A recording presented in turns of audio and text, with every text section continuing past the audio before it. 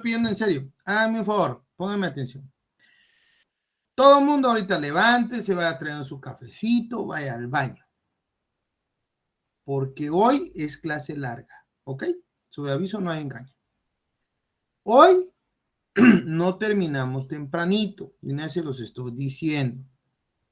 Porque lo que yo quiero es aprovechar este medio, porque les voy a ser franco.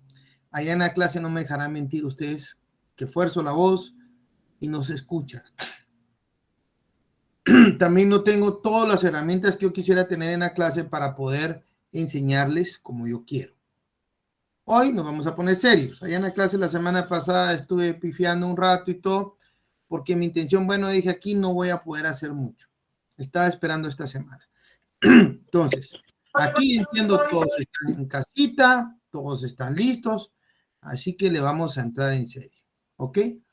Pongan atención porque lo que ve hoy va a entrar fijo en el examen y voy a usar diferentes materiales. Se los voy a estar mandando, pero el que no escuche la clase, el que no ponga atención se va a perder y les prometo que no van a encontrar ni pie ni cabeza. ¿Estamos claros? ¿Están listos? ¿Alguna pregunta? ¿Alguna duda? Arránquense pues. Ahí les voy.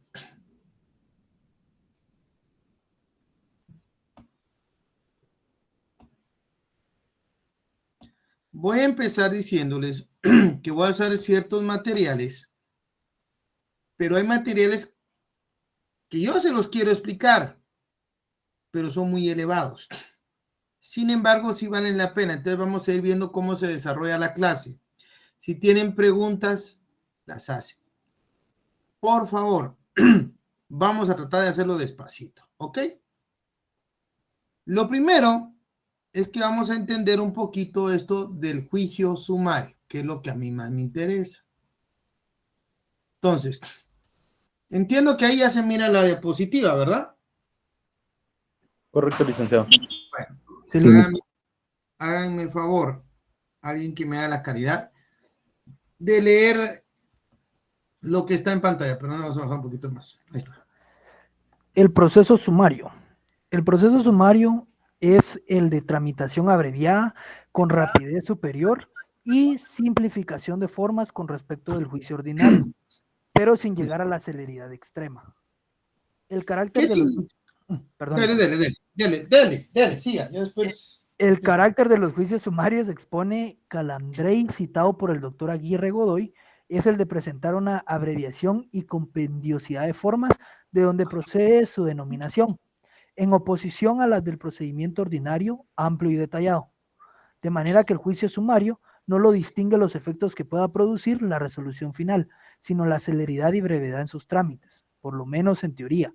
Como regla general, lo resuelto en juicio sumario queda decidido definitivamente y no hay lugar de discutirlo con posterioridad en otro proceso, salvo el caso de los interdictos en cual, terminado el juicio sumario, las partes pueden, si lo estiman conveniente, acudir a un proceso plenario para contender sobre la totalidad del conflicto que les afrenta.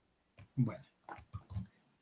El proceso sumario en sí es un proceso más sencillo que un proceso ordinario. Pero les cuento que se le aplican los mismos principios: celeridad, inmediación, preclusión. Todos los que estudiamos el semestre pasado se le van a aplicar al juicio sumario, porque resulta que también es un juicio escrito. Es lo primero. Este es escrito, no es oral. Todos los argumentos, todos los alegatos, el ofrecimiento de pruebas se hace por la vía escrita, regla general. Otra particularidad del juicio sumario es que en el mismo se van a tramitar cuestiones o se van a discutir cuestiones de derecho. Por ende, es un juicio declarativo, de conocimiento y declarativo. De conocimiento porque a través del proceso sumario se va a conocer de una controversia. Los tres juicios de conocimiento del proceso civil guatemalteco son el ordinario, el oral y el sumario. Son dos escritos y un oral. Los escritos son el ordinario y el sumario. El único oral, valga la redundancia, es el juicio oral. Entonces, los mismos principios se aplican para el juicio ordinario que para el juicio sumario. ¿Ok? Son las mismas reglas del juego.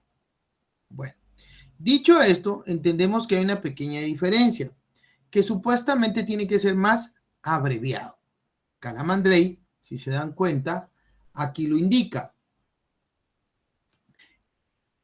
Expone, según citado por Aguirre Godoy, que el carácter del juicio sumario, su naturaleza, el por qué, para qué es el de presentar una abreviación y compendiosidad de formas. O sea, se resumen las formas, se acortan los plazos, de donde procede su denominación, en oposición a las del procedimiento ordinario, que es mucho más amplio y más detallado. Estos señores podemos decir que son caracteres del juicio sumario. Marcos de Jesús, sígame leyendo, por favor, man. Con gusto, Lic. Hay lugar de discutirlo con posterioridad en otro proceso. Salvo el caso de los interdictos, en cual terminado el juicio sumario, las partes pueden, si lo estiman, conveniente acudir a un proceso plenario para contender sobre la totalidad del conflicto que las enfrenta dentro de las Fíjense, disposiciones. voy a aclarar aquí, perdón, man, voy a aplicando aquí. Acá en el proceso sumario, como es un juicio declarativo, se emite una sentencia que en regla general no tiene por qué ir a acudir a otro proceso declarativo para que tenga validez. Sin embargo, resulta que en el juicio sumario se llevan o se tramitan asuntos denominados interdictos. Ya los explicaré. Estos interdictos tienen una peculiaridad. Por ejemplo, van a tratar de situaciones de posesión o de asuntos de bienes, pero sin tocar la propiedad. Ojo con esto, no se toca la propiedad, se tocan asuntos como, por ejemplo, que alguien está afectando mi posesión o mi propiedad porque está construyendo un edificio. En la construcción del edificio está haciendo cimientos muy profundos y cavó una gran zanja. ¿Y qué creen? Afectó mis cimientos de mi casa y mi casa se está rajando. ¿Ya? Entonces se denomina un interdicto de obra nueva peligrosa porque está peligrando y está afectando mi propiedad. Pero no se toca en sí o no se va a discutir el derecho de propiedad. Sin embargo, acuérdense que sí le afecta. De eso se trata. Entonces dicen, bueno, si se trata de un interdicto, porque hay otros, ya veremos, si se trata de interdictos, cuando se emite una sentencia en juicio sumario, no significa que no se pueda acudir a la vía ordinaria, fíjense, ¿verdad? Que este es el acudir a un proceso plenario. El proceso plenario sería el juicio ordinario, en el caso de Guatemala. ¿Para qué? Para que se conozca y se resuelva sobre la totalidad del conflicto que se están enfrentando las partes. ¿Ya? Mire, sí me está afectando y yo paro esa obra. Bueno, pero hay daños y perjuicios. Ah, bueno, entonces vámonos a la vía ordinaria. Vámonos a otra vía si discutimos cuestiones de otra índole que van en la vía ordinaria. Entonces dice, bueno, acá, señores, el juicio sumario se emite una sentencia. Pero en el caso de los interdictos, si se va a tratar asuntos ya sobre la mera propiedad, se va a tener que acudir al juicio ordinario. Eso es lo que está diciendo. ¿Dudas hasta acá? ¿Quedó claro esto? Ok. Si alguien tiene dudas, por favor, pregunta. Sigamos leyendo, por favor. Ok. Dentro de las disposiciones generales establecidas en la ley, cabe mencionar que existe la aplicación por analogía de tal cuenta que son aplicables al juicio sumario todas las disposiciones del juicio ordinario en cuanto no se opongan a lo preceptuado en la ley. Así, en el proceso sumario, las personas capaces para obligar pueden, por convenio expreso celebrado en escritura pública, sujetarse al proceso sumario para resolver sus controversias de tal cuenta que, celebrando el convenio, no podrá variarse la decisión, pero sí el proceso intentado. Por su naturaleza, debiera haberse ventilado un juicio ordinario, habrá lugar el recurso de casación. Ahora, ¿qué nos está diciendo acá? El 230, por favor, artículo 230 del Código Procesal Civil y Mercantil es el que nos regula este extremo. Indica, son aplicables al juicio sumario todas las disposiciones del juicio ordinario, en cuanto no se opongan a lo preceptuado en este título. ¿Cuándo se oponen? Cuando van a retardar en demasía el proceso, porque acuerden que se trata de un proceso abreviado, por eso se hace un juicio sumario, rápido. Eso es lo primero que tenemos que tener claro. Segundo, el 231. Las personas capaces para obligarse pueden, por convenio expreso celebrado en escritura pública. Fíjense que estamos hablando acá que yo quiero celebrar un acuerdo con otra persona, una compraventa, lo que yo desee. Y digo, mire, si surge alguna controversia, lo vamos a dejar plasmado en una cláusula de la escritura, ¿ya? Cláusula 13ª. Para resolver cualquier controversia se acudirá a la vía sumaria. Entonces dice, bueno, pueden acordar acudir a la vía sumaria, ¿ya? Ahora bien, lo que agrega es esto, fíjense pues. Sujetarse al proceso sumario para resolver su controversia. Pero, celebrando el convenio no podrá variarse la decisión, es lo primero. Se firmó la escritura, nos vamos a vía sumaria. Pero si el proceso intentado, por su naturaleza, debiera haberse ventilado en juicio ordinario, habrá lugar al recurso de casación. Si, fíjense, procediera que yo decidí que cualquier controversia la voy a ventilar por el juicio sumario. Ah, perfecto, hagámoslo, dice la contraparte. Vamos a un contrato y si surge una controversia, nos vamos al vía sumaria. Pero resulta que la naturaleza del asunto en sí, conforme a la ley, era que tenía que ventilar en juicio ordinario, no sumario. Entonces dicen, bueno, vamos a respetar la voluntad de las partes de que este proceso se conozca en juicio sumario. Pero, como su naturaleza o el asunto que se está tratando debió conocerse en ordinario, acá sí procede casación. De lo contrario, no procedería a la casación, que es un recurso extraordinario que ya veremos algún día si lo discutimos, pero créanme, hasta la fecha son cursos muy especializados cuando se habla de casación, que es un relajo. Pero lo importante es saber eso, ¿ok? ¿Dudas hasta acá? ¿Alguna pregunta? Sí, Emily. Licenciado, perdone, no le entendí muy bien eso del recurso de casación. ¿En qué momentos se aplica? Mire, pues, existen los recursos, los medios de impugnación que tienden a que se revise una sentencia, ¿verdad?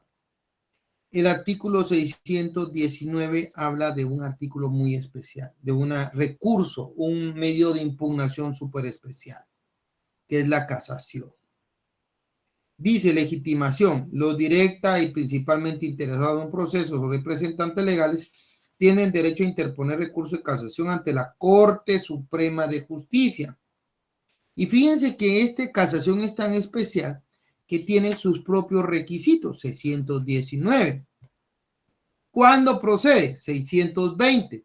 El recurso de casación solo procede contra la sentencia y sus autos definitivos de segunda instancia, no concedidos expresamente por las partes, que terminen los juicios ordinarios de mayor cuantía. Entonces, nos está diciendo la norma. Miren, señores, si es un juicio ordinario de mayor cuantía, procedería la casación después de la apelación. Va algo así. Emitimos la sentencia de primer grado. Un juez de primera instancia emite la sentencia. Una de las partes no está de acuerdo y apela. Y la sala que conoce la apelación emite su sentencia. Ahora, aquí viene. Si, y solo si, se trata de un juicio ordinario de mayor cuantía, procede la casación. No es una tercera instancia, sino es un recurso extraordinario que será conocido por la Cámara Civil de la Corte Suprema de Justicia, porque para su saber y gobierno, la Corte Suprema de Justicia se divide en su presidente, que se encarga de todo lo administrativo, y 3 cámaras. La Cámara Civil, la Cámara Penal y la Cámara de Amparos, que conocen los asuntos relativos a cada materia. Ahora, ¿qué pasa?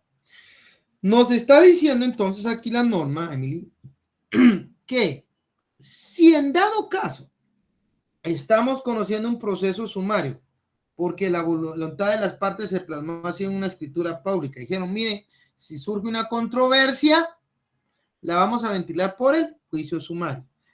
Ah, perfecto. Y en efecto se da una controversia, pero el asunto en sí, por su naturaleza, por sus circunstancias, porque la ley lo determina, era de ventilarse en el juicio ordinario. Si es así, a pesar que se conoció en sumario, aquí sí cabría la casación. ¿Hoy sí ya me entendió? Sí, licenciado, ya. Va.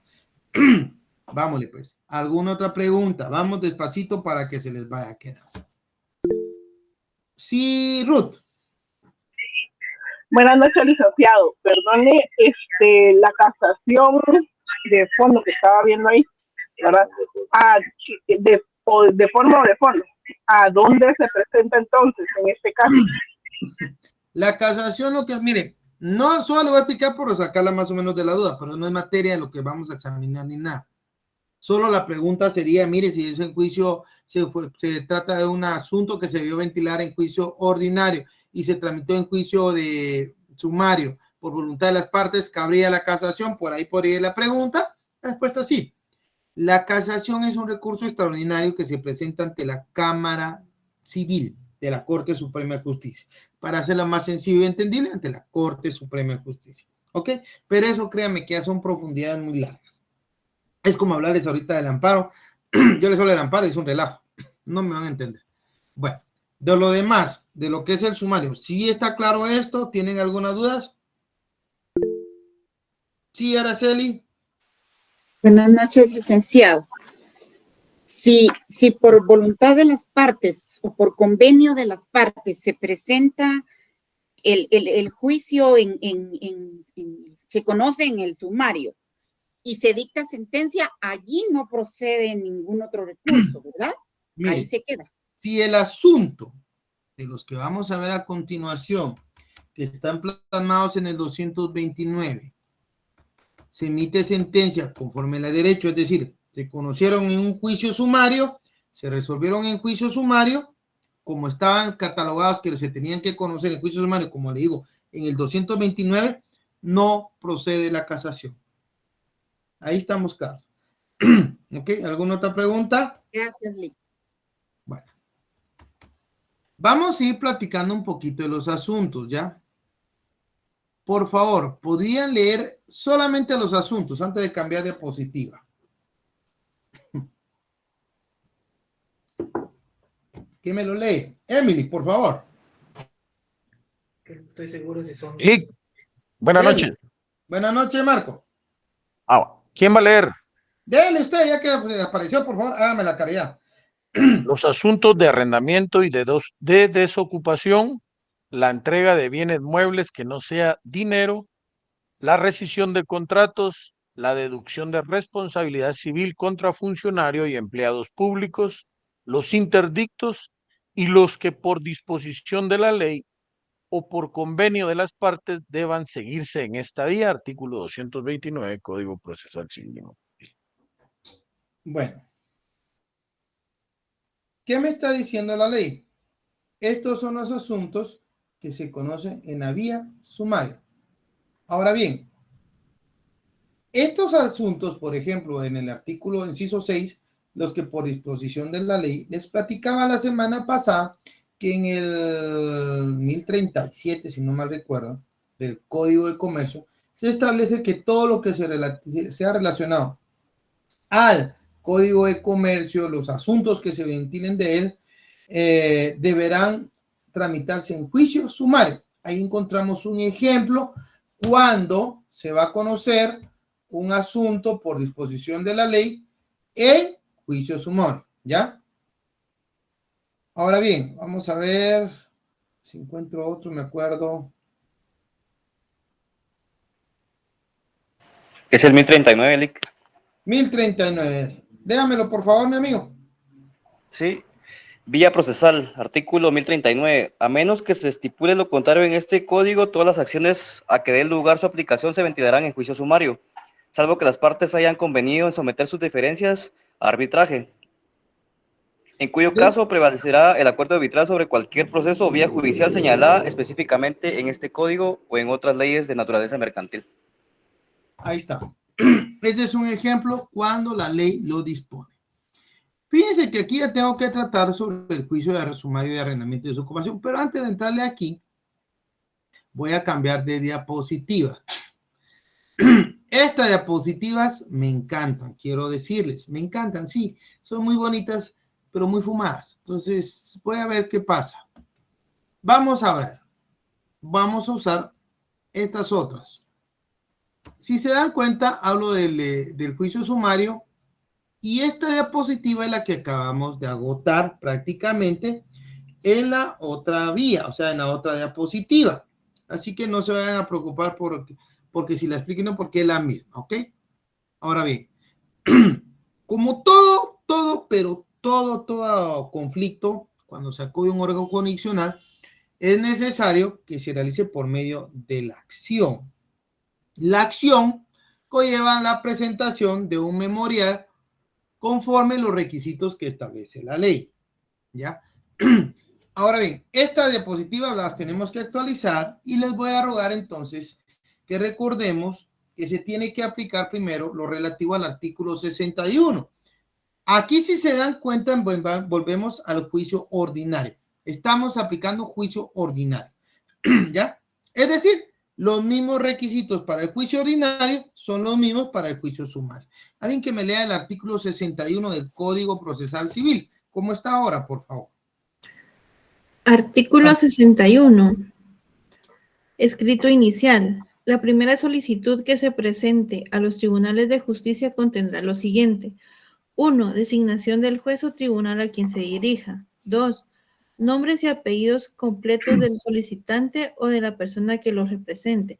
Su edad, estado civil, nacionalidad, profesión u oficio, domicilio e indicación de casillero electrónico para recibir notificaciones.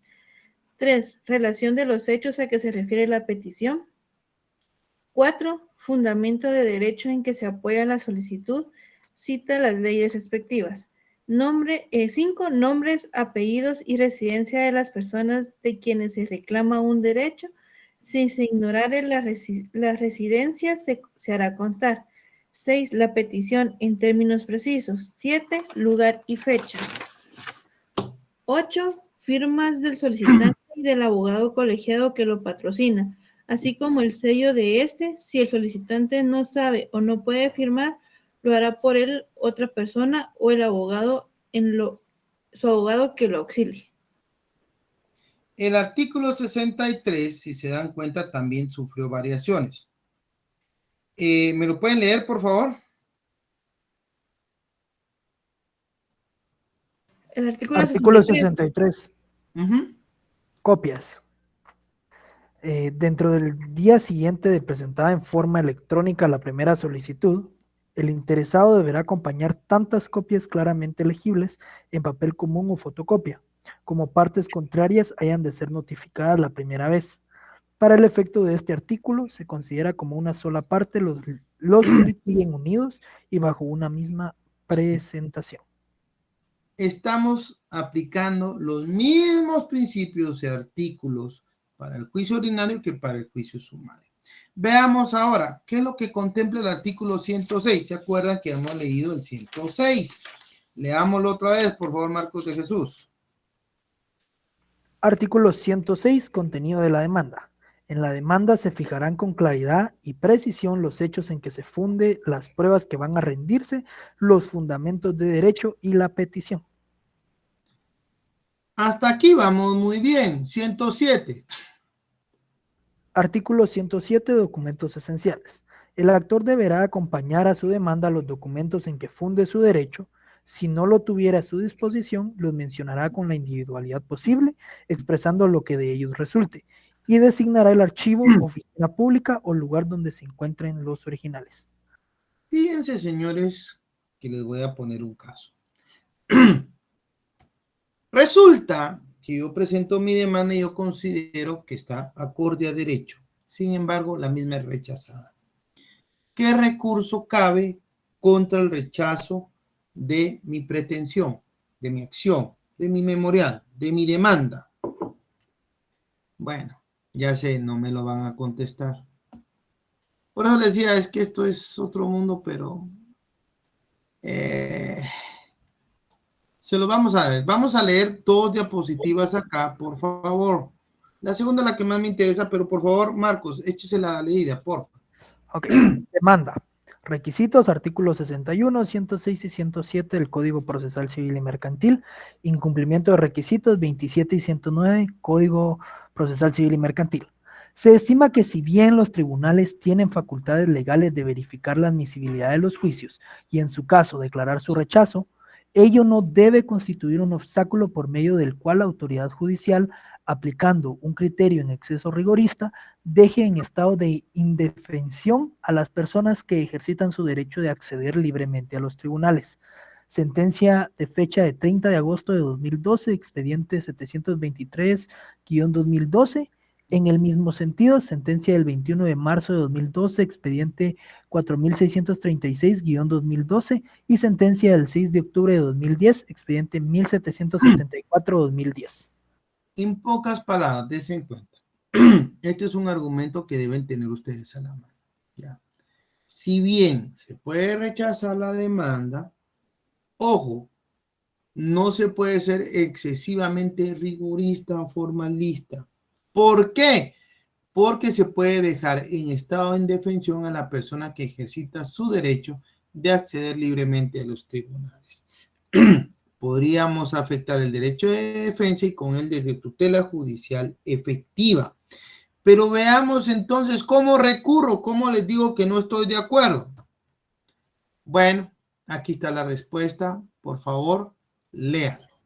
Contra el rechazo de la demanda procede revocatoria. Este tribunal trae a cuenta lo considerado en sentencia de 23 de noviembre de 2017, dictada dentro del expediente 5315-2015, por lo cual esta Corte estableció directrices para determinar la naturaleza de los pronunciamientos jurisdiccionales que admitan o rechacen para su trámite los demandas, peticiones o medios de defensa presentados por las partes dentro de los distintos procesos de conocimiento en materia civil y mercantil, así como los medios de impugnación que deben hacerse valer por cada caso. Entre aquellos lineamientos se estableció que la resolución que rechaza para su trámite una demanda en el tipo de procesos aludidos, procesos de conocimiento civil y mercantil, ya sea ordinario, sumario y oral, constituye una decisión de mero trámite, pues la misma es el resultado del incumplimiento de requisitos legales que al ser inobservados facultan al tribunal a decretar su inadmisión in limine. Es importante aclarar que esa afirmación no implica que el decreto carezca de razonamiento lógico alguno, ya que ello convertiría al juzgador en un mero calificador automático de formalidades, sino que el análisis realizado por dicho órgano estriba en la verificación de cumplimiento de requisitos formales que permiten conferir impulso o dar origen al proceso, y en caso contrario, producir su rechazo. Es decir, que el pronunciamiento versa sobre aspectos de naturaleza formal.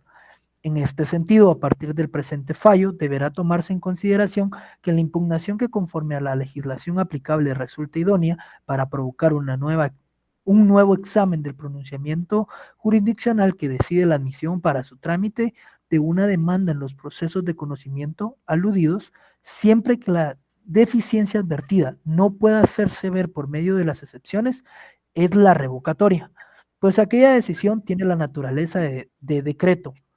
El resaltado es propio, criterio reiterado en las sentencias de 7 y 13 de diciembre de 2017, dictadas dentro de las expedientes 324-2017 y 5240-2016 respectivamente. Sentencia de la Corte de Constitucionalidad de fecha 28 de junio de 2018, dictada dentro del expediente 3385-2017. ¿Qué procede contra el decreto que rechaza la pretensión o la demanda? Es el recurso de revocatoria. Y es que el recurso de revocatoria procede contra los decretos. Por eso es que procede revocatoria. Vamos a ver ahorita otra cosita, es que, como les digo, decidí combinarles un poquito esto porque deseo ir alimentando bien esto. Ya vimos lo de la demanda, ya vimos que también se presenta la prueba con la demanda, artículo 106, si pueden leerlo, se darán cuenta que se tiene que aprovechar, se tiene que aportar los fundamentos de derecho y la petición y definitivamente las pruebas que van a rendirse. Eso está en el 106, ¿ya? Si quiere, leamos la diapositiva, por favor, Marcos. Juicio sumario. Documentos esenciales. Artículo 107. El actor deberá acompañar a su demanda los documentos en que funde su derecho. Prueba con la demanda. Artículo 106. En la demanda se fijarán las pruebas que van a rendirse. Con la demanda debe acompañarse los documentos en que se funda el derecho. Exige la indicación de todos los medios de prueba que se van a utilizar, pero no establece ninguna consecuencia negativa. Si así no se efectúa, la práctica judicial lo exige solamente respecto a la prueba documental. Fíjense que lo que sucede acá es esto. Esto exige la indicación de todos los medios de prueba que se van a utilizar, pero no establece ninguna consecuencia negativa si así no se efectúa, pero sí la hay. Ojo con esto, sí la hay. ¿Cuál es la consecuencia de no indicar los medios de prueba que se van a ser utilizados? Bueno, acuérdense, y aquí es donde entro con la otra, perdón, diapositiva, es que de todas maneras, vamos a ver, esto lo puedo ver aquí, pues es que si los pongo yo aquí no tal, salimos, ¿dónde está? ¿Dónde está la prueba? Aquí. Hay, si se dan cuenta, 4 etapas de la prueba. La primera etapa de la prueba es la que se realiza específicamente cuando yo presento el memorial en que va incluida toda mi demanda, toda mi pretensión. Y esa fase es la de ofrecimiento de la prueba. Es la única fase que se da en este momento procesal, ¿ya? Si yo no ofrezco los medios de prueba en el memorial en que interpongo mi demanda, señores, no las puedo proponer porque no las ofrecí. Y eso está establecido también en sentencias de la Corte de Constitucionalidad. Se debe respetar las fases de la prueba y la primera fase es la de ofrecimiento. No se ofreció, no puedo proponer. No propongo, no puedo solicitar su admisión ni su diligenciamiento. En pocas palabras, me quedo sin prueba. ¿Quedó claro ahí? Bueno, sigamos con la otra porque no quiero hacerle muchas bolas, que esta está bonita, pero... Juicio fíjense que antes de empezar acá, fíjense, vamos a hablar de que lo que yo deseo es llevarlos por cierto orden, y es lo que estoy tratando. Por eso es que me di cuenta de que no es así como lo están planteando acá. Rebeldía, vamos a ver. Sí, es que por aquí.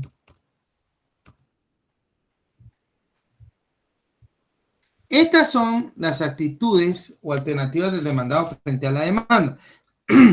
Pero vamos a hacer algo para que me entiendan.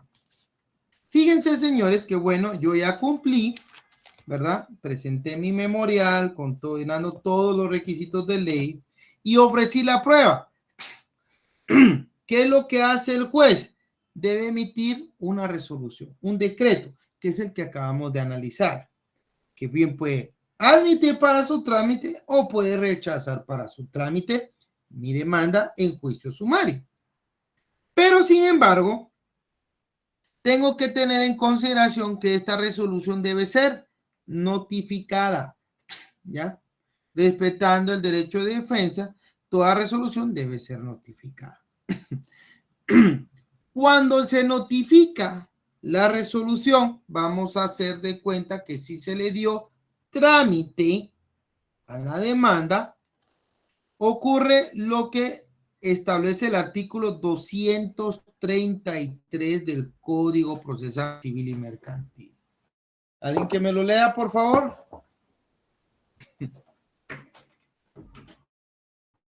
Artículo 233, contestación de la demanda. El término para contestar la demanda es de 3 días, en cuya oportunidad debe el demandado interponer las excepciones perentorias que tuviere contra la pretensión del actor. Las excepciones nacidas después de la contestación de la demanda, así como las relativas a pago y compensación, se pueden proponer en cualquier instancia y serán resueltas en sentencia. Ahora, vamos a ir desmenuzando un poquito esto para que quede claro. Regla general, esto es por escrito. La contestación de la demanda se va a hacer por escrito y debe llenar todos los requisitos de la demanda. La misma mica, muchachos.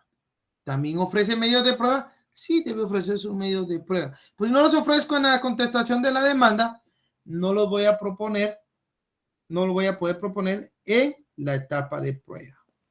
Pero veamos acá.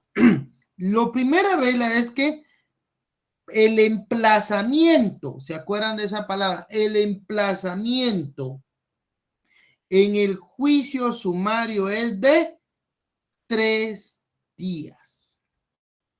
3 días. Ese es el emplazamiento. ¿Y para qué me sirve el emplazamiento, muchachos? Bueno, ¿se acuerdan ustedes que el emplazamiento tiene sus efectos? ¿Ya? Y están en el artículo 112 del Código Procesal Civil y Mercantil. ¿Ya? Esos son los efectos del emplazamiento. ¿Y se aplican al juicio sumario? Sí. ¿Quién me los puede leer, por favor? Artículo 112, efectos del emplazamiento. La notificación de una demanda produce los efectos siguientes. Número 1, efectos materiales. Inciso A, interrumpir la prescripción. Inciso B, impedir que el demandado haga suyo los frutos de la cosa desde la fecha del emplazamiento si fuere condenado a entregarla. Inciso C, constituir en mora al obligado. Inciso D, obligar el pago de intereses legales aun cuando no hayan sido pactados. Y, inciso E, hacer anulable la enajenación y gravámenes constituidos sobre la cosa objeto del proceso con posterioridad al emplazamiento. Tratándose de bienes inmuebles, este efecto solo se producirá si se hubiera anotado la demanda en el registro de la propiedad. Aquí vienen los que me interesan ahorita, en este momento. Los primeros no es que no sean importantes, son muy importantes, se pueden decir que hablan de fondo. Pero aquí vamos a hablar de los efectos procesales, que son los que yo quiero que le pongan atención. Por favor. Efectos procesales. Inciso A, dar prevención al juez que emplaza. Inciso B, sujetar a las partes a seguir el proceso ante el juez emplazante si el demandado no objeta la competencia. Y, inciso C, obligar a las partes a constituirse en el lugar del proceso. ¿Cómo se constituyen? Bueno, tienen que presentar su contestación de la demanda.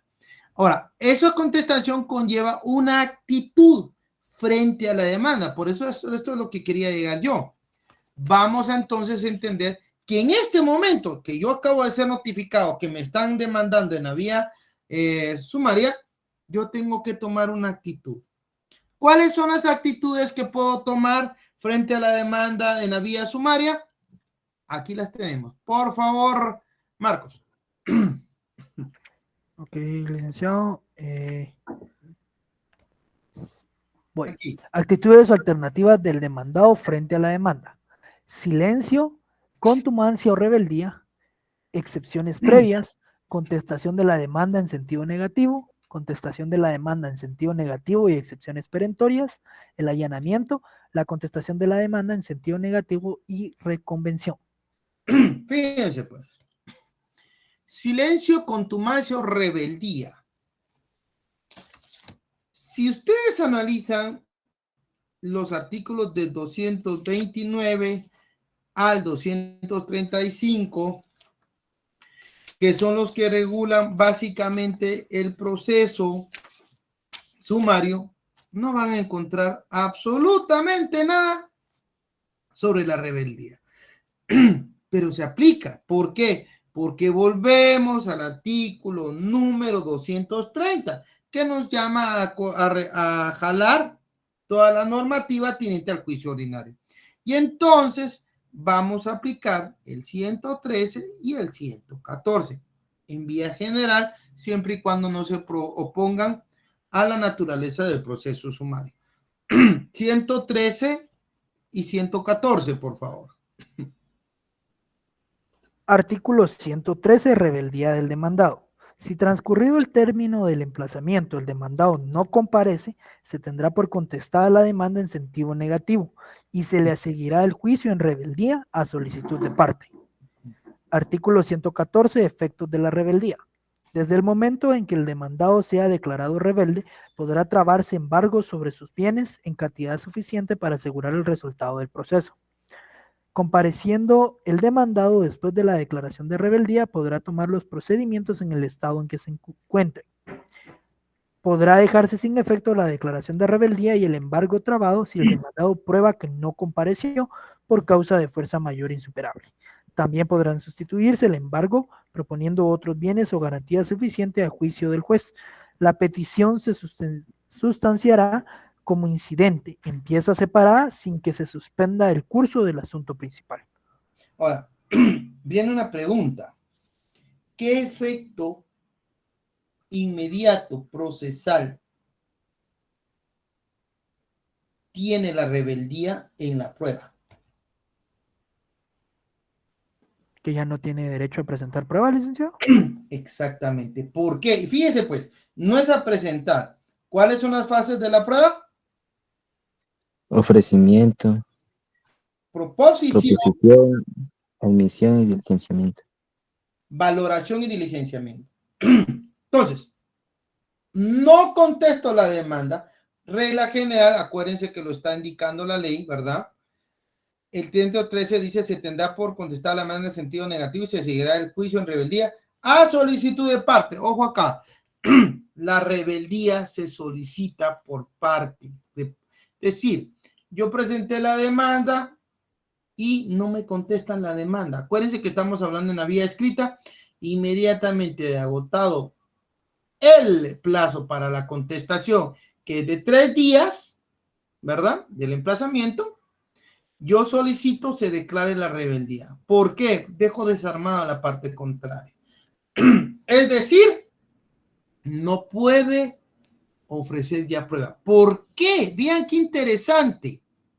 ¿Por qué es que ya no puede ofrecer prueba?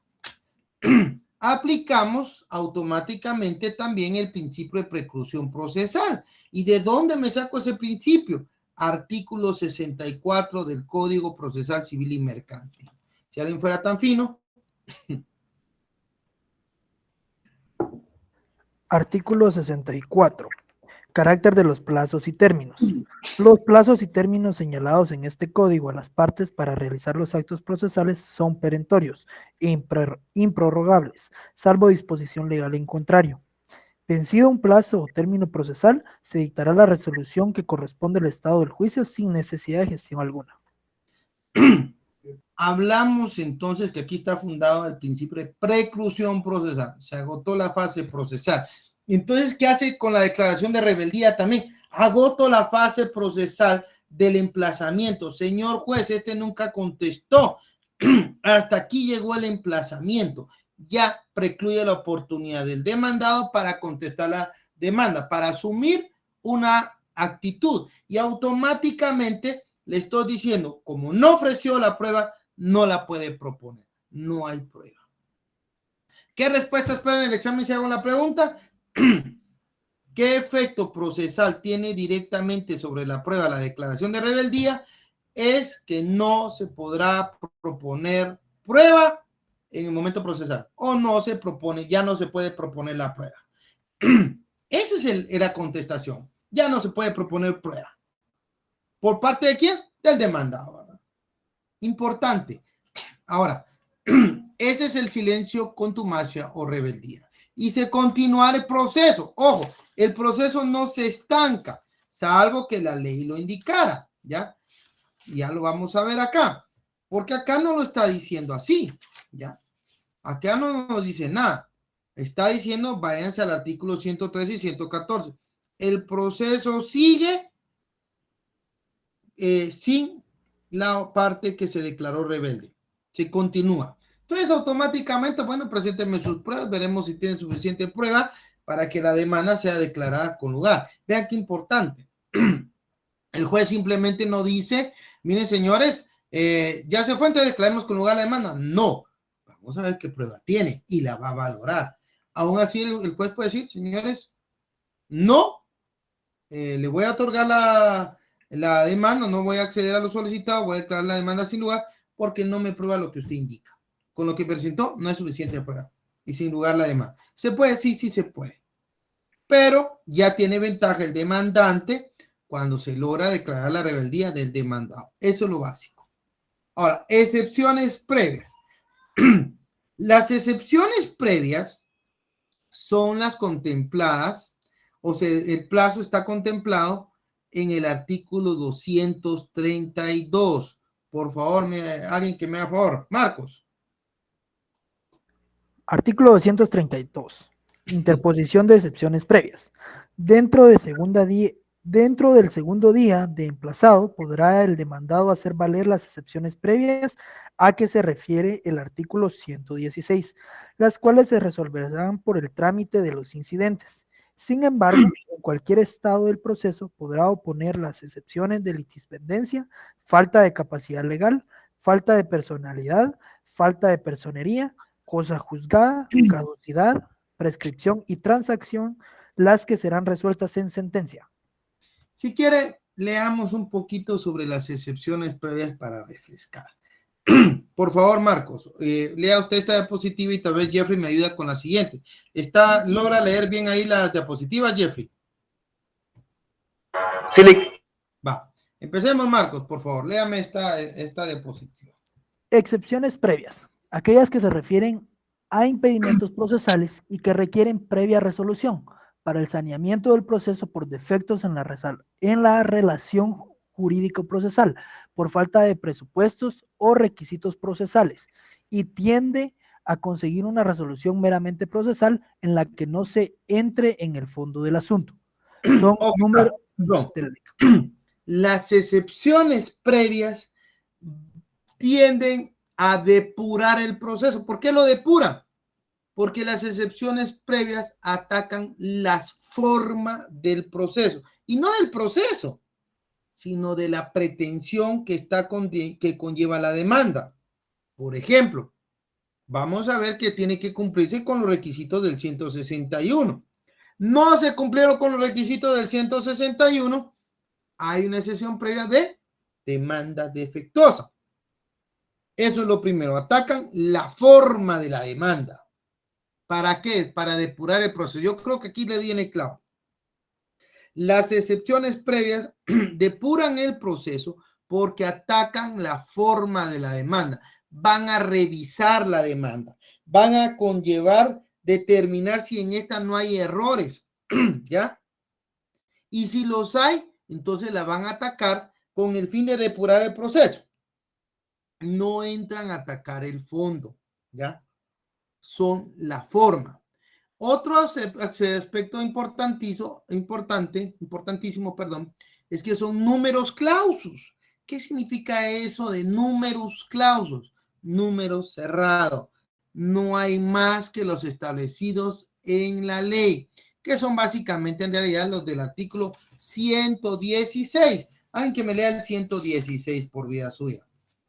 Excepciones previas. El demandado puede plantear las siguientes excepciones previas: incompetencia, litispendencia, demanda defectuosa, falta de capacidad legal, falta de personalidad, falta de personería, falta de cumplimiento del plazo o de la condición a que estuviera sujeta la obligación o el derecho que se hagan valer, caducidad, prescripción, cosa juzgada y transacción.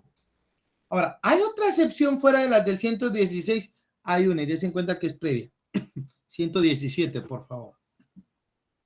Artículo 117, excepción de arraigo. Si el demandante fuera extranjero o transeúnte, será también excepción previa la de garantizar las sanciones legales, costas, daños y perjuicios. No procede esta excepción si el demandante prueba que en el país de su nacionalidad no se exige esta garantía a los guatemaltecos. 2. Si el demandado fuere también extranjero o transeúnte. Esas son las excepciones previas. ¿Cuál es el momento procesal para presentarlas? Leámoslo, por favor. Momento procesal. Dentro de los 2 días siguientes a la notificación de la demanda, se debe tomar en cuenta el plazo otorgado por razón de la distancia. Automáticamente estamos hablando que el término conforme el 232 es de 2 días. Ahora, hablamos de término de la distancia, por ejemplo, es que yo presento una demanda acá en juicio sumario, porque acá tuvo sus efectos y vamos, ya saben las reglas de la competencia, pero el demandado está en Chiquimula. Entonces le voy a dar 3 días de emplazamiento, pero le voy a dar el término de distancia. Pero ¿cómo? También ese término de distancia va incluido el término por las perentorias. ¿Por qué? Porque se entiende que esta persona va a llevar más tiempo que él pueda pronunciarse, ¿ya? Entonces dice, bueno, mire, le dimos 3 días del emplazamiento más 2 días por razón de la distancia. Automáticamente le estamos dando también 2 días de plazo para presentar las excepciones previas más 2 días de la distancia. Así es como se computa. No sé si fui suficientemente claro hasta acá. ¿Dudas?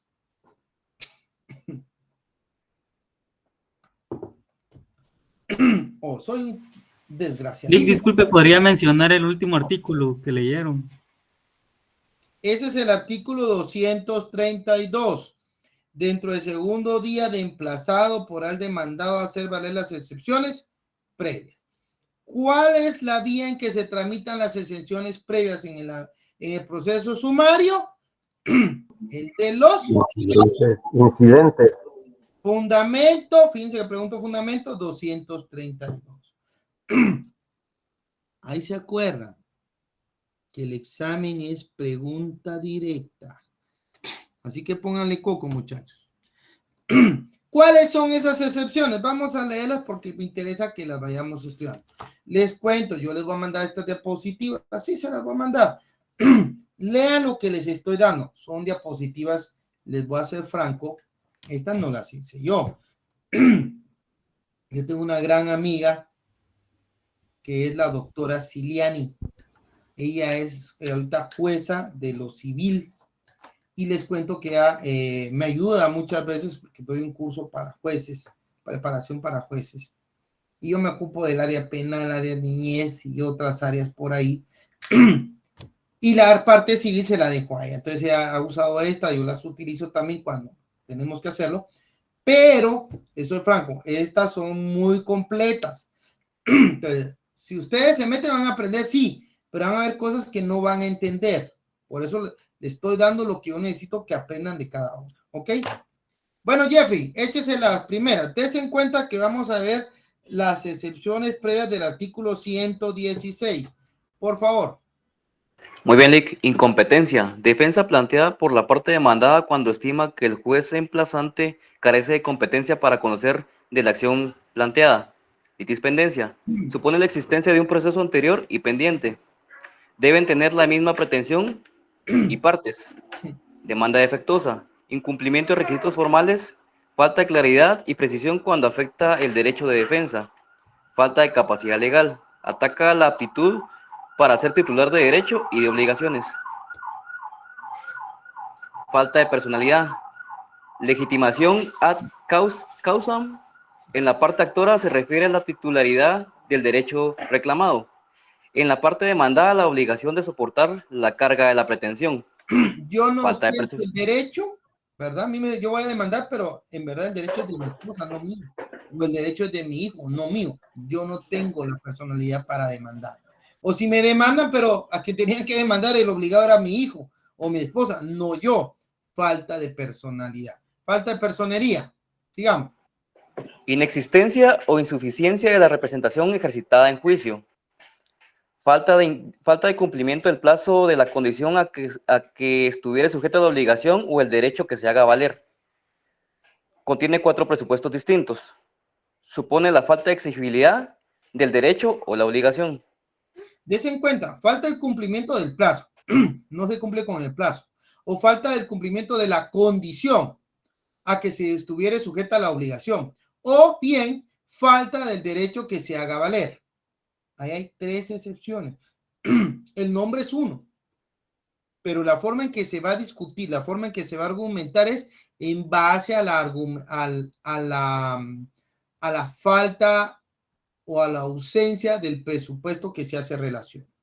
¿Ok? Podemos decir excepción de falta de cumplimiento del plazo a la condición a que se estuviera sujeta a la obligación o el derecho a que se haga valer, pero haremos referencia única y exclusivamente al supuesto que nosotros consideramos que afecta a la demanda. ¿Ok? Araceli. Disculpe, licenciado, las excepciones previas solamente son interpuestas por el demandado, ¿verdad? Fíjese que, Perdón, por el demandante. Ah, no, sí, el demandado es. El demandado. Sí, sí, pero sí, el hay demandado. Convención, o sea, hay recontrademanda. También el que está actuando como demandante tendría que evacuar sus excepciones, ¿ok? O sea, por eso estamos viendo las actitudes. ¿Estamos ahí, mi amiga? Gracias, Mili. ¿Alguna otra pregunta? Va. Pregúntenme porque de acá, ahí se acuerdan que si se dan cuenta, tengo material para bombardearlo. Sí, Ruth. Fíjense que con una dudita, no sé en qué caso entran, por ejemplo, las excepciones privilegiadas, porque el semestre pasado nos explicaban algo acerca de eso, ¿verdad? Entonces, pero no mucho lo entendía eso. Va, espéreme, ya voy a llegar a las privilegiadas. Tiene usted toda la razón del mundo, pero relax su cuerpo, ahorita las vamos a explicar. Sí, mi amiga, póngame atención y va a ser un gusto explicar esto a continuación. Vamos a ver primero estas. Ok. Caducidad y prescripción, por favor. Jeffrey. Caducidad, pérdida o extinción del derecho a consecuencia del transcurso legalmente establecido para su ejercicio, sin que éste se hubiera ejercitado. No es interruptible. Solo puede ser evitada por el ejercicio del derecho. Acción. Prescripción. Tiene por objeto poner fin a un derecho que la ley entiende ha sido abandonado por su titular a no haberlo ejercitado durante un lapso largo de tiempo. Es interruptible, solo procede a instancia de parte. Muy bien. Fíjense pues. Sigamos. Veamos qué dice esto. Pónganle coco porque aquí es una sentencia, pero van a ver que cómo sirve. Por favor. Léamelo, Marcos. Le toca a Marcos. Aunque nuestro ordenamiento adjetivo civil no define expresamente que es una providencia cautelar ejecutada, se hace necesario acudir a cuestiones del orden doctrinario a efecto de tener un panorama claro sobre el particular.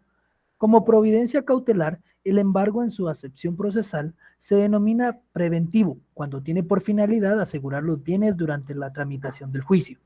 Obviamente, ese aseguramiento se perfecciona cuando la medida decretada por el juzgador es debidamente inscrita en los registros o bien cuando producto de la decisión judicial, además se nombra como depositario a las personas en cuyo poder están bienes del demandado y se restrinja o limite la libre disposición de los mismos, extremo que no se dio en la tramitación del juicio.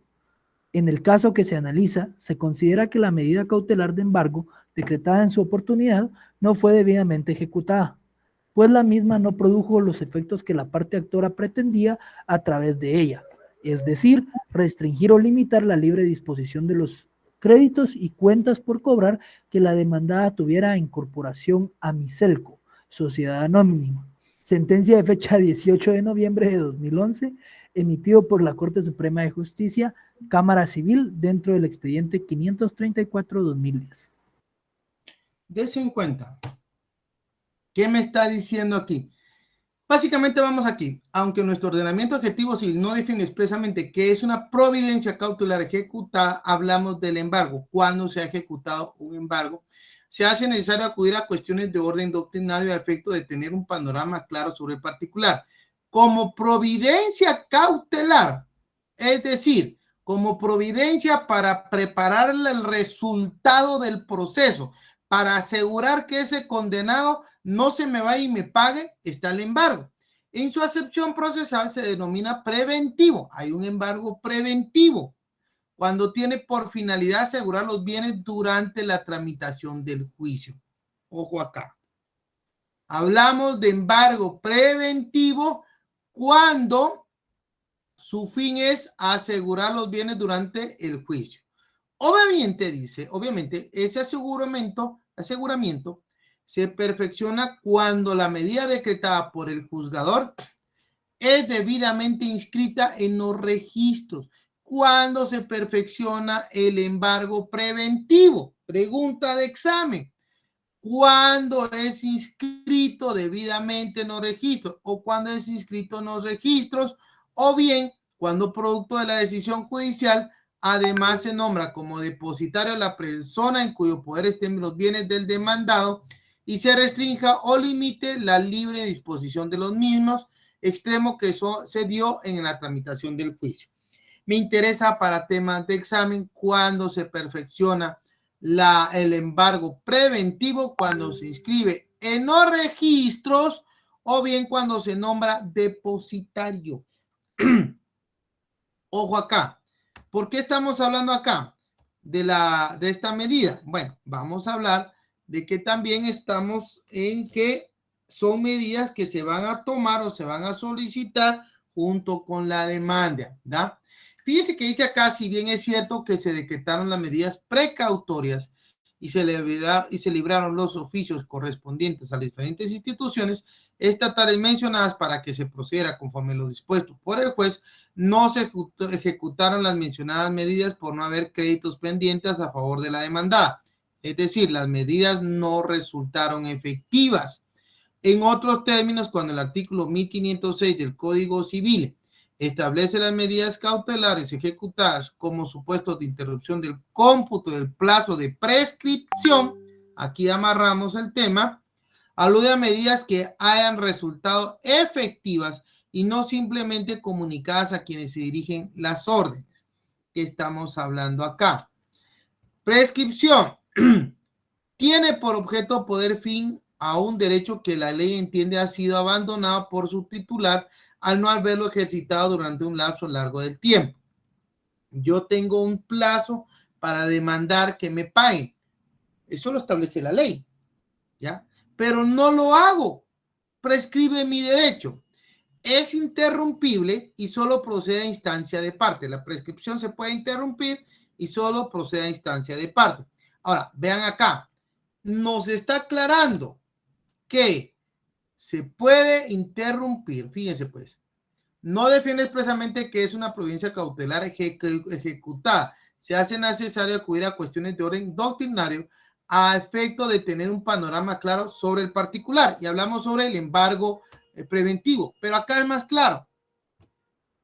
Acá dice, se establece las medidas cautelares ejecutadas como supuestos de interrupción del cómputo del plazo de prescripción.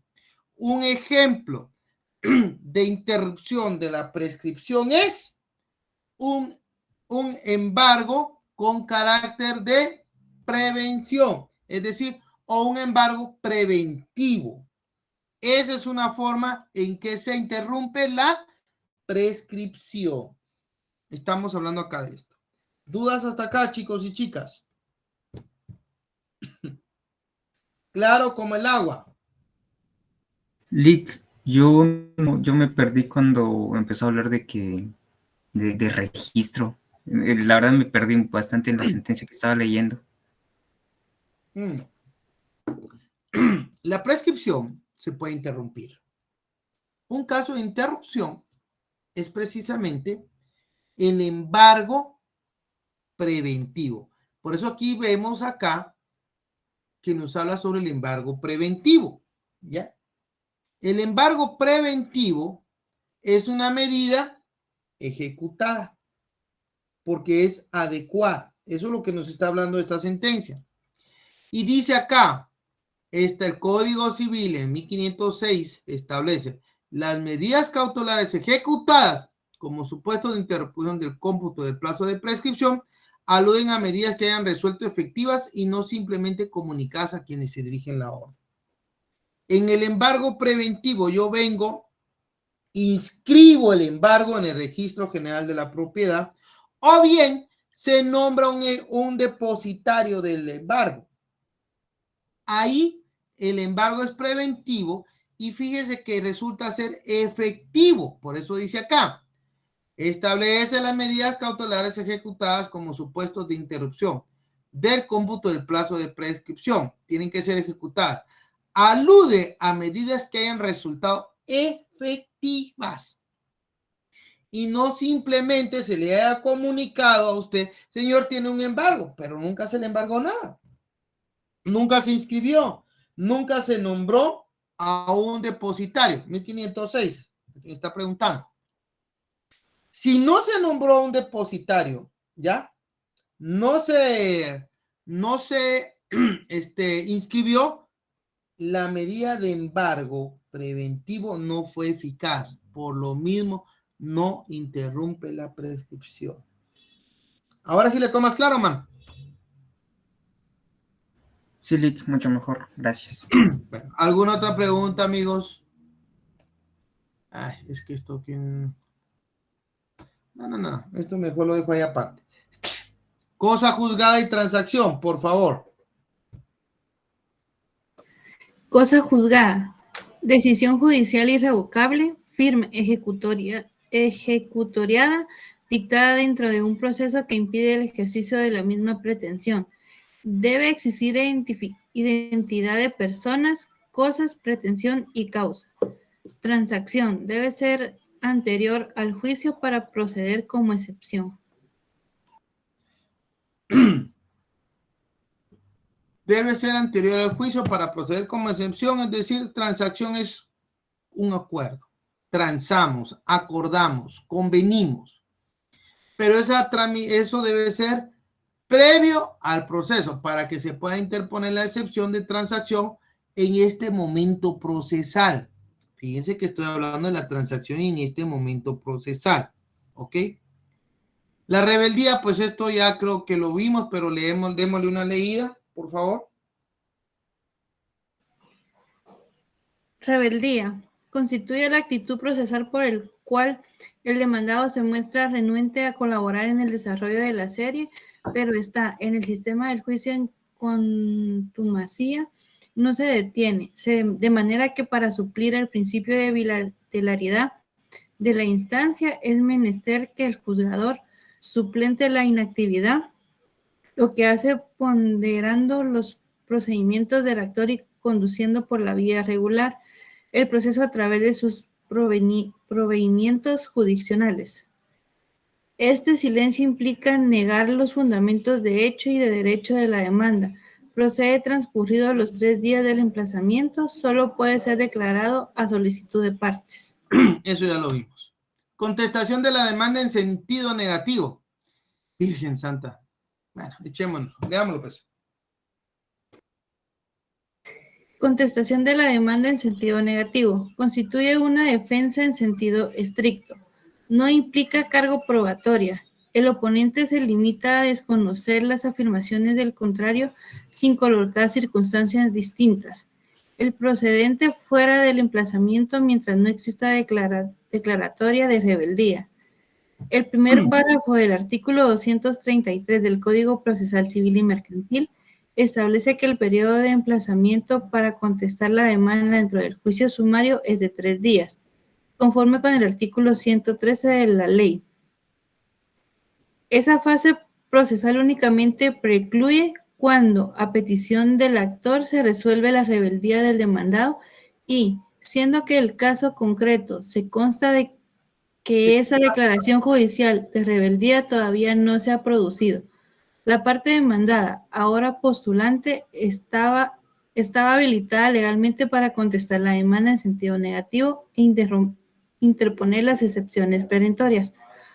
Por encontrarse su promoción dentro del periodo de emplazamiento ya relacionado, encontrarse su promoción dentro del periodo de emplazamiento ya declarado, sentencia de la Corte de Constitucionalidad de fecha 17 de septiembre del 2014, dictada entre el expediente 1065-2014 en las mismas sentencias de fecha de 9 de agosto del 2013, expediente 1682-2013, 23 de febrero del 2007, expediente 3117, 2006, 21 de diciembre del 2004, expediente 2416-2004, entre otros. En pocas palabras, volvemos a decir lo mismo. Si no se declaró la rebeldía, no precluye el emplazamiento. Puedo presentar mi demanda en sentido negativo, puedo interponer excepciones. Y ojo, no lo indica, pero automáticamente puedo ofrecer mi prueba. Por eso ustedes, como buenos abogados, hijos míos, por favor, pupilos de mi corazón, van a estar vivos que en un momento dado tienen un proceso sumario y ustedes son los demandantes, deben estar vivitos y coleando para nomás darse cuenta que le notificaron y venció el plazo para que el otro conteste la demanda o asuma una actitud, presentar la solicitud, ojo, por escrito en memorial, que se decrete la rebeldía. ¿Estamos claros hasta ahí? Ok. No tienen dudas, ¿verdad? Vamos con las excepciones perentorias. Aquí están las mixtas, pero vamos con las perentorias. Ahorita voy a explicar las mixtas y todo lo que quieran, pero empecemos con las perentorias. Por favor, Jeffrey. Excepciones perentorias. La excepción es la propia razón del demandado que la opone a la invocada por el demandante. Es una especie de contraprestación por constituir argumentos propios, basados en hechos diferentes, que tienden a dejar sin fundamento la pretensión del demandante. Carneluti. Son Vamos a hablar acá para que entiendan. ¿Qué son excepciones perentorias? Estas se interponen en otro momento procesal. No se interponen con las excepciones perentorias. Las excepciones perentorias van a atacar el fondo. Las previas atacaban la forma de la demanda, decíamos. La forma en que se presentó la pretensión. Las perentorias sí atacan el fondo. Yo no tengo que pagarle porque ya le pagué. Entonces, falta de veracidad de los hechos por haberse cumplido con el pago. Por ejemplo, otra excepción, esta es otra clase, otra característica es que estas no están nominadas, no son números clausus, estas son números apertus, es lo que dice acá, dice las siguientes, son innominadas y números apertus. ¿Por qué? Porque usted le va a dar el nombre que considere oportuno según sus propios argumentos, porque a través de esos argumentos va a ser atacar usted el fondo de la pretensión del demandante. Son excepciones materiales y se deciden en sentencia. Lo importante aquí es que son de la materia, eso se refiere, pero lo importante es que se deciden en sentencia. ¿Cuál es el trámite? Se tramita con el proceso principal y en sí se van a resolver en sentencia, se van a valorar y se van a resolver en sentencia. Discute el derecho subjetivo alegado por el actor, por eso dice fondo del asunto. El derecho subjetivo es el derecho que considera el actor que ostenta. Por eso se dice derecho subjetivo, el que yo considero. No tiene que ser por fuerza así, pero él lo considera. Constituyen defensas sustantivas frente al fundamento de la pretensión del actor.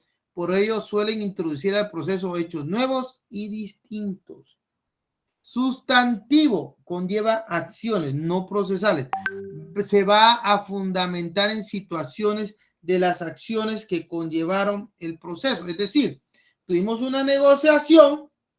En esa negociación acordamos que yo le doy un lapicero a cambio de 1,000 quetzales, pero yo no le di el lapicero que habíamos acordado. Y esa es una cuestión sustantiva, no procesal, ¿ya? Depende de los sujetos, por eso es sustantivo, ¿ok?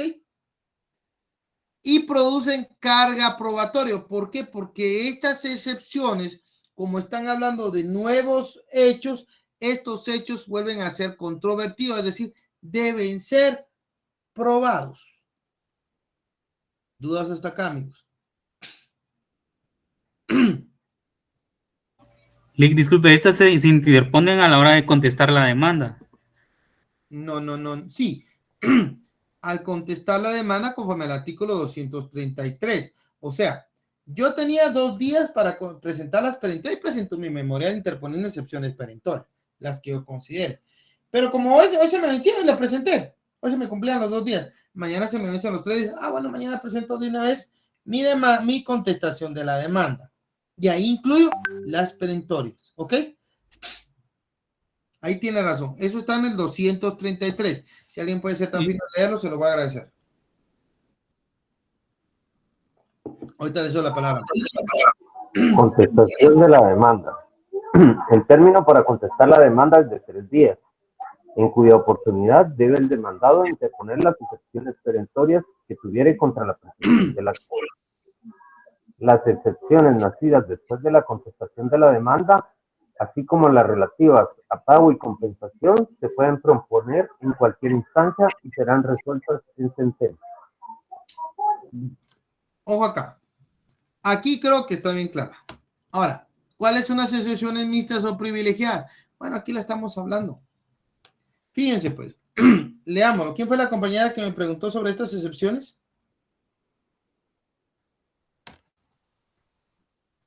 Compañerita. Ya me dejo. Yo con ganas de contestar esas preguntas. Este es mi caso. Bueno. Fíjense que hablamos de excepciones mixtas o privilegiadas, que son aquellas que funcionando procesalmente como dilatorias, es decir, se van a interponer como previas, son previas, están catalogadas como previas. Fíjense, provocan en caso de ser acogidas los efectos de perentorias. ¿Cuál es el efecto de las perentorias? No lo dijimos, pero hay que tomarlo en cuenta, ¿verdad? El efecto de las perentorias es que destruyen el fundamento del proceso. Como atacan el fondo, destruyen la pretensión, ¿ya? Entonces, atacan el fondo, siendo previas, y destruyen la pretensión. Pueden plantearse en cualquier estado del proceso. Son números clausus. ¿Cuáles son esas? Litispendencia, falta de capacidad legal, falta de personalidad, falta de personería, cosa juzgada, caducidad, prescripción y transacción.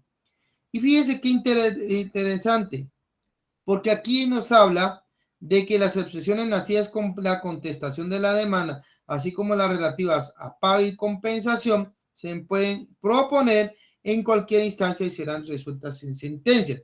Estas dos de pago y compensación vienen a convertirse en perentorias, pero las privilegiadas, ¿de dónde las sacamos? Artículo número 232, segundo párrafo. Porfa, Jeffrey.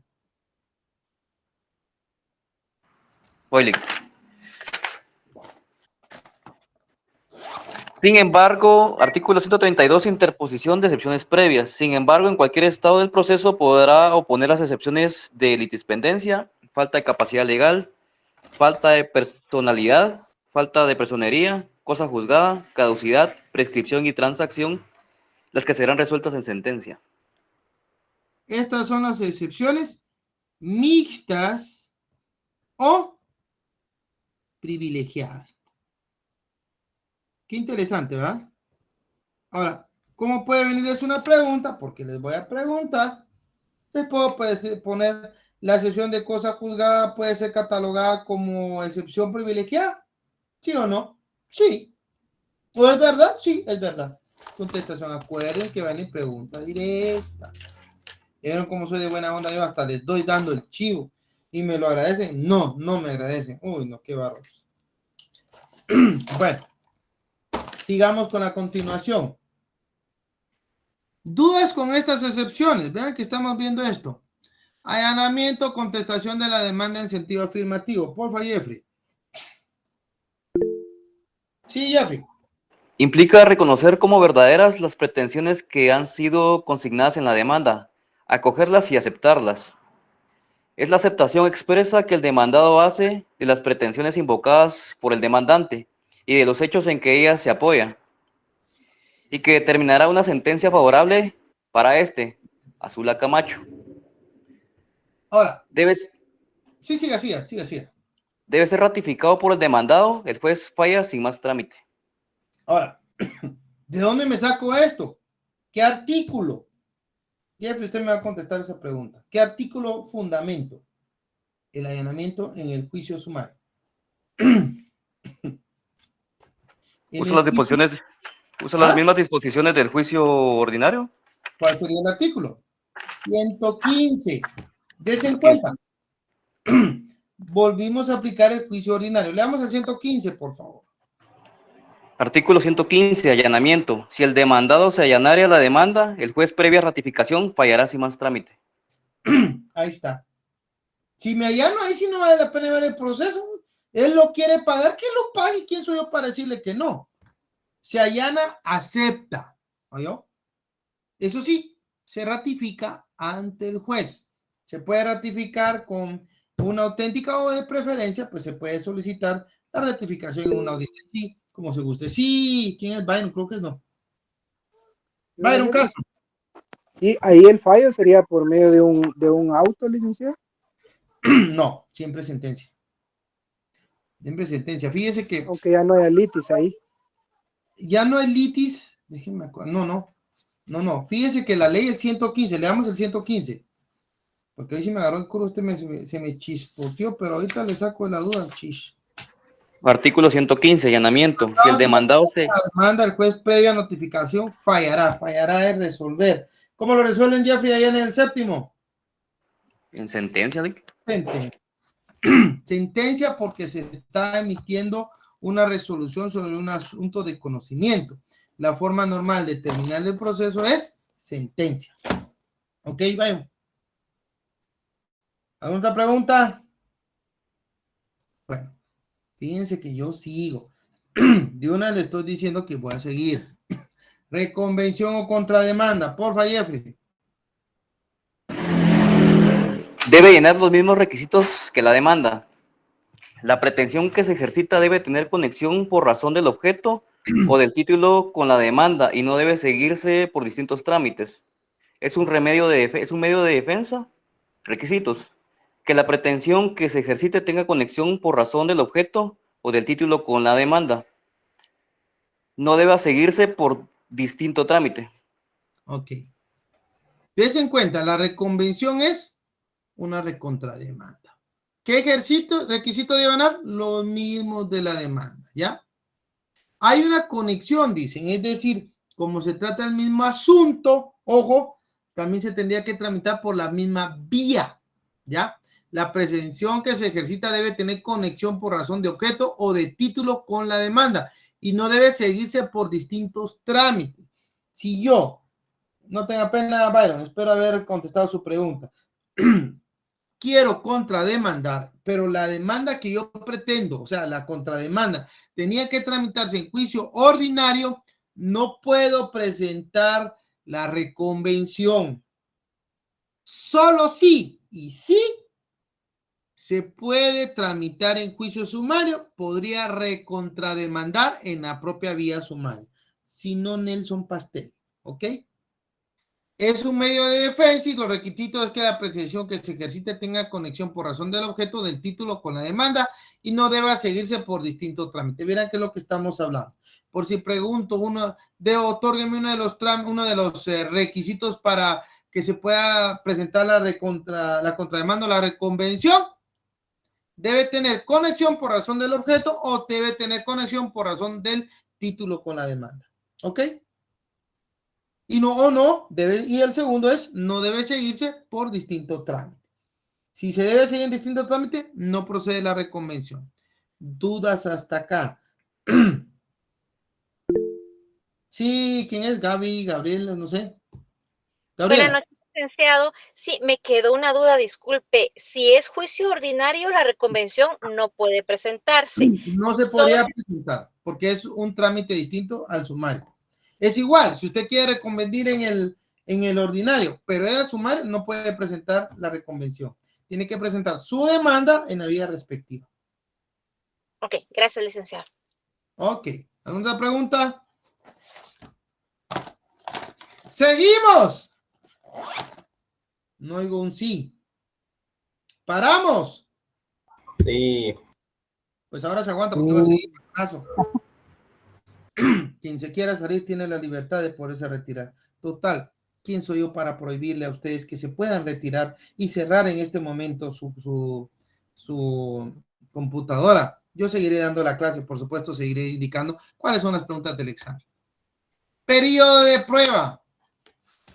¿Cuál es el periodo o término de prueba en el proceso sumario? Artículo 234. Porfa, Jeffrey. Artículo ¿Podría regresar la 230. diapositiva?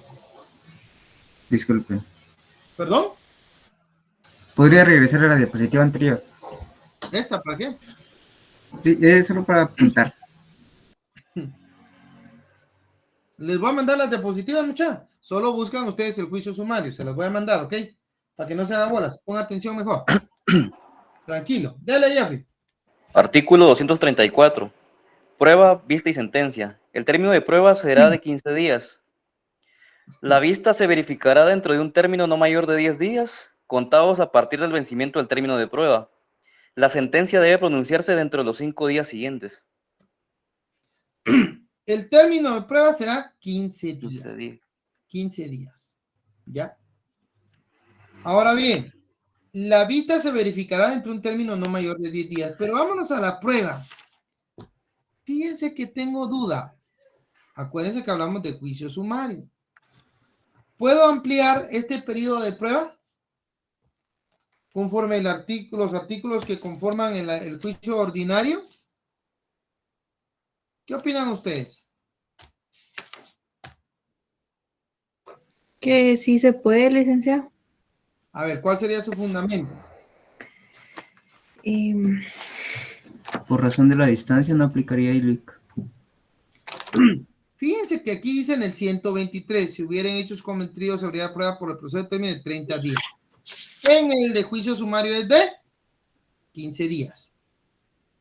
Este término podrá ampliarse por 10 días más cuando sin culpa del interesado no haya podido practicarse las pruebas pedidas en el tiempo. ¿Estos 10 días se aplican al juicio sumario? Sí, sí se puede aplicar. Pero, ¿qué pasa con el término extraordinario de prueba contemplado en el 124? Alguien que me lo lea, por favor. Artículo 124. Término extraordinario de prueba.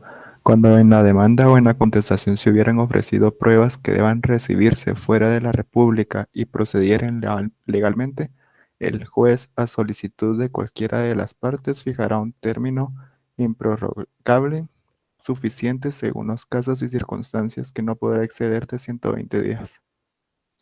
Ese plazo, ese término extraordinario, ¿se puede aplicar al juicio sumario? ¿Sí o no?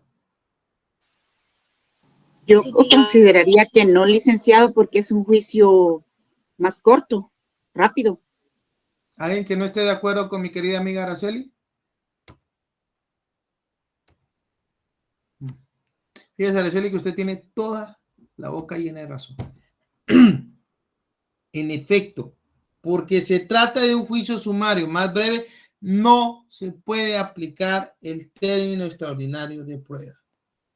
Pregunta de examen.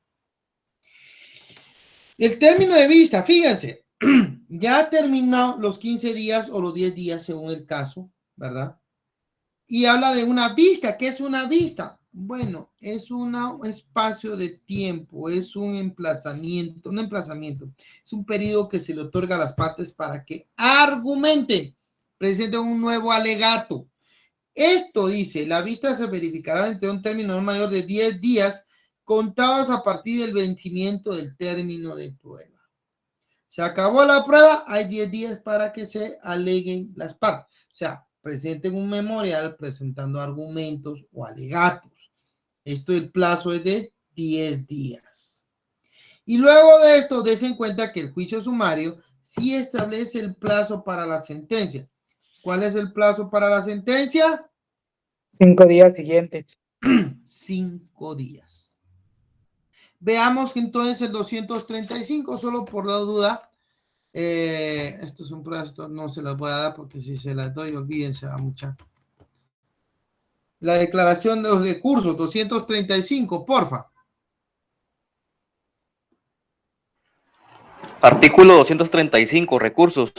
Cualquiera de las partes que interponga apelación de una resolución que no sea la sentencia incurrirá en el pago de las costas y en una multa de 25 quetzales, que le impondrá el tribunal de segunda instancia si se confirma la resolución o se declara improcedente el recurso. Fíjense, pues, cualquiera de las partes que interponga apelación de una resolución que no sea sentencia, aquí son recurribles las sentencias, y correrá en el pago de las cotas y en una multa de 25 quetzales que le impondrá el tribunal de segunda instancia si se confirma la resolución. Se pueden apelar dependiendo, ojo, ¿por qué? ¿Se puede apelar otra resolución? Sí, pero, ojo, ahorita les voy a decir. ¿Dónde están? Aquí están. ¿Dónde están los recursos? Ya se me perdieron mis recursos. 400, ¿qué era ese? Aquí está. Vamos a ver. Aclaración, ampliación, apelación. Artículo 602, por favor. ¿Quién me lo lee?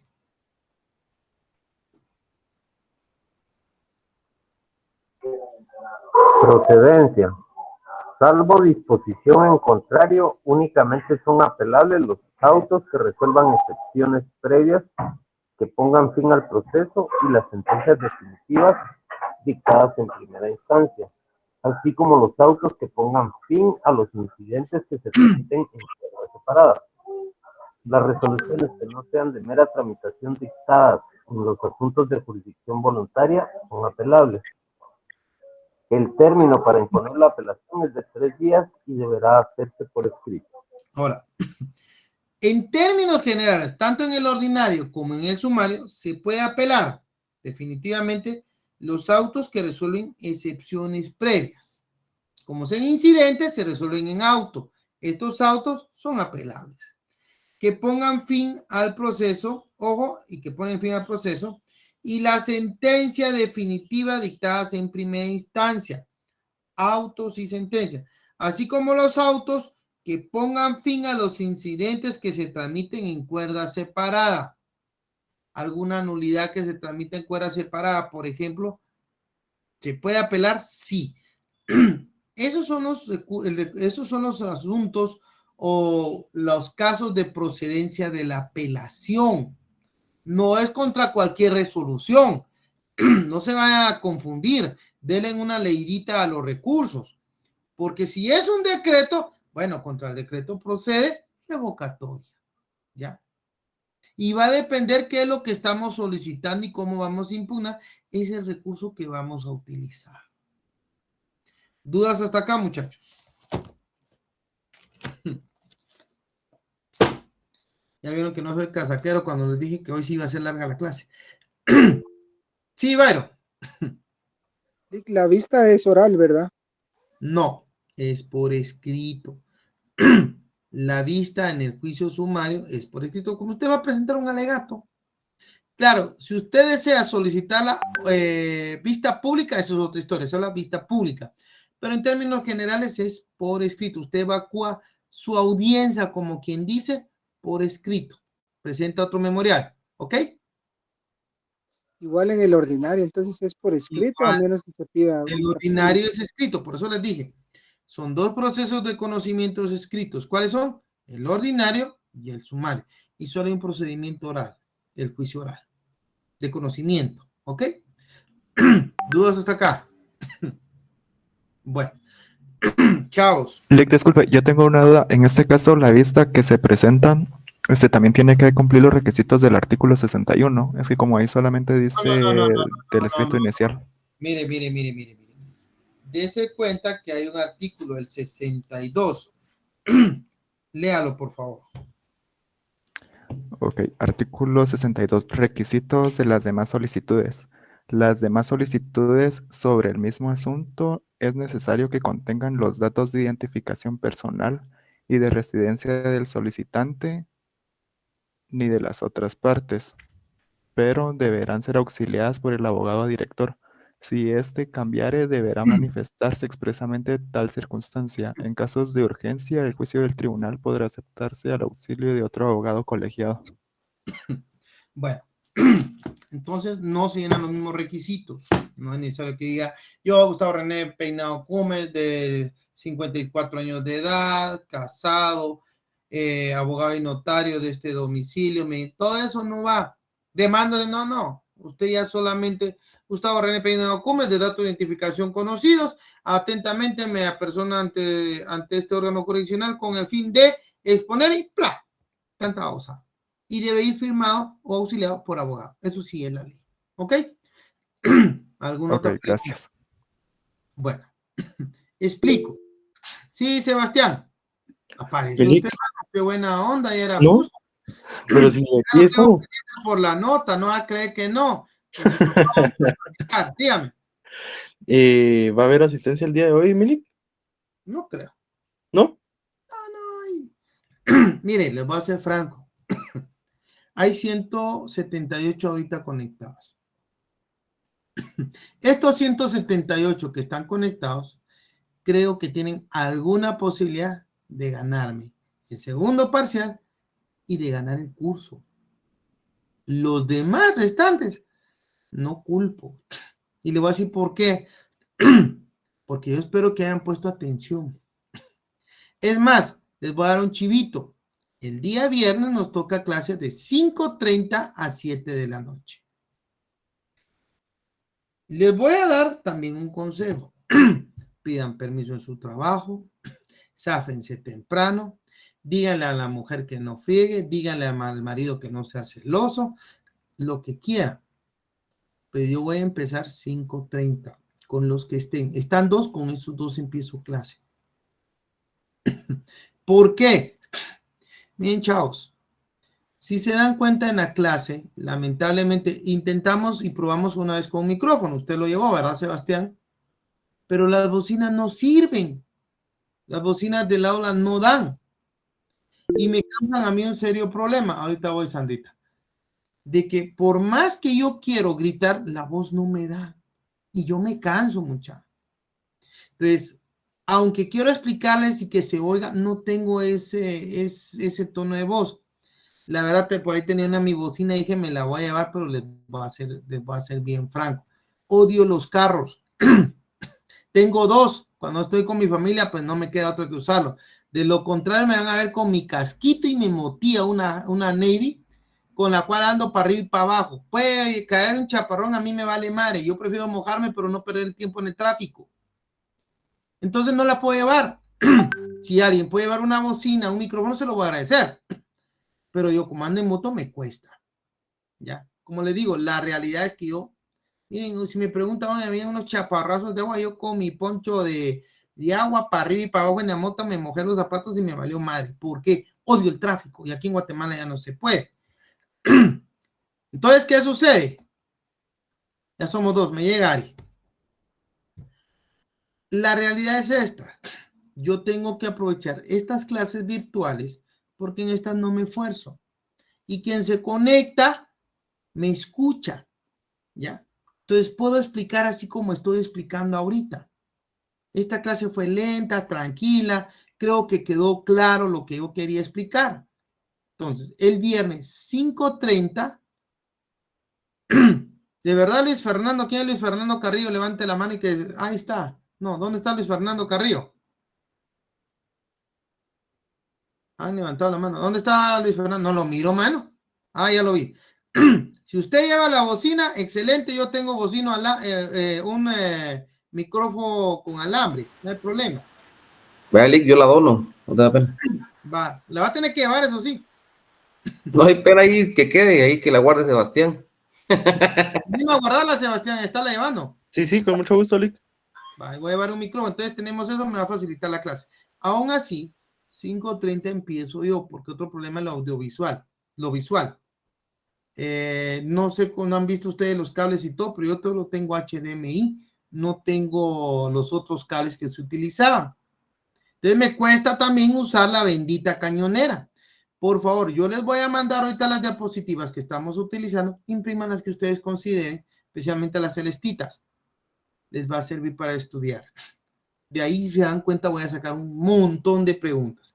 El día viernes aún así, ya que Luis Fernando va a donar por poner la bocina. Sí.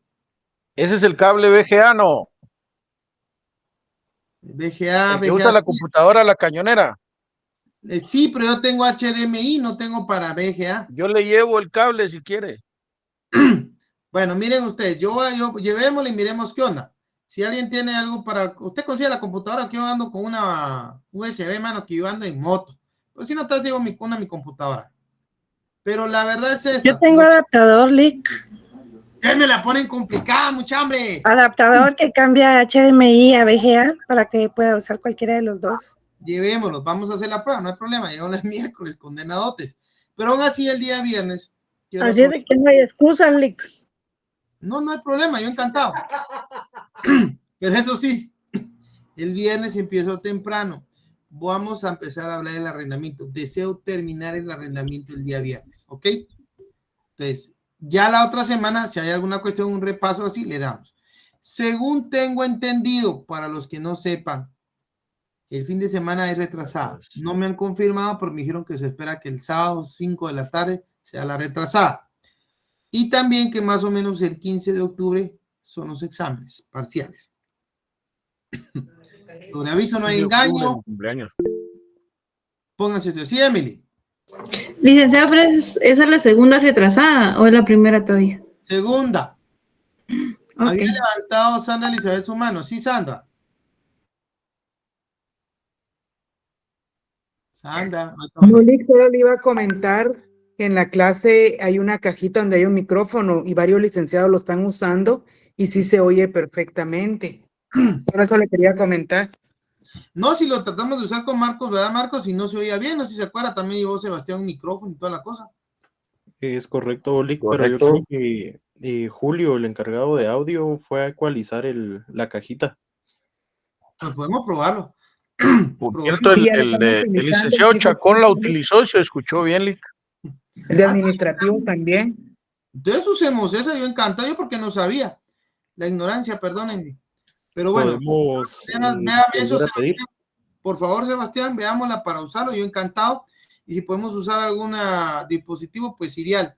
Recuerden, lo que yo necesito es que quede claro. Señores, de todas maneras los miro el viernes temprano, por favor. Voy a dar de 5:30 a 7 de la noche la clase. Vamos a aprovechar el tiempo. Acuérdense que ya el otro mes es el examen. ¿Y qué les voy a examinar? Pues todo esto que estamos viendo, y lo que yo deseo es que les quede bien claro. ¿Ya? ¿Alguna pregunta en la clase del día de hoy?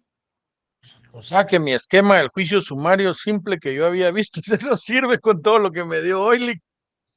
Yo no he dicho que no sirva. Solo es que ¿para qué se me pone el tiro? No, mire, Marcos, les voy a ser franco. Yo tengo un objetivo con ustedes. La verdad, a mí me conviene más dar una clase a la semana en maestría en lugar de darles a ustedes 2 clases. Y en la maestría tengo 16, 18 alumnos. Y me pagan igual. Les cuento. Entonces yo le dije al señor decano, a los que tuvieron el semestre pasado, él incluso lo dijo, yo acepté una clase en maestría y ahí doy penal, mucha, pueden creer ustedes, y historia del área constitucional, pero yo con la condición de que tenía siempre una clase en licenciatura, porque lo que yo deseo es que ustedes aprendan, que tengan cierto conocimiento, que el día de mañana mis alumnos digan, bueno, yo tuve ese viejo desgraciado, como jodía, pero sí me enseñó algo. Y si un día tienen que ir a litigar a mi juzgado, yo diga, este sí se nota que estudiaba. Y pueden decir, usted mío, fui su alumno con orgullo. No me van a decir, fue su alumno y yo les diga, mire, le voy a tirar esta babosada porque yo le expliqué cómo era el memorial y no lo hizo bien. Entonces, yo espero que en las vueltas de la vida me los tope ya como profesional. Ya me he topado con varios. Y créanme que ha sido un gusto que mis alumnos que han llegado conmigo sí saben litigar, por lo menos sí saben qué hacer. Y eso es lo que yo espero de ustedes. Señores, de todo corazón les deseo pasen feliz noche. Terminamos día viernes. Sí, Bayron. Disculpe, solo una última.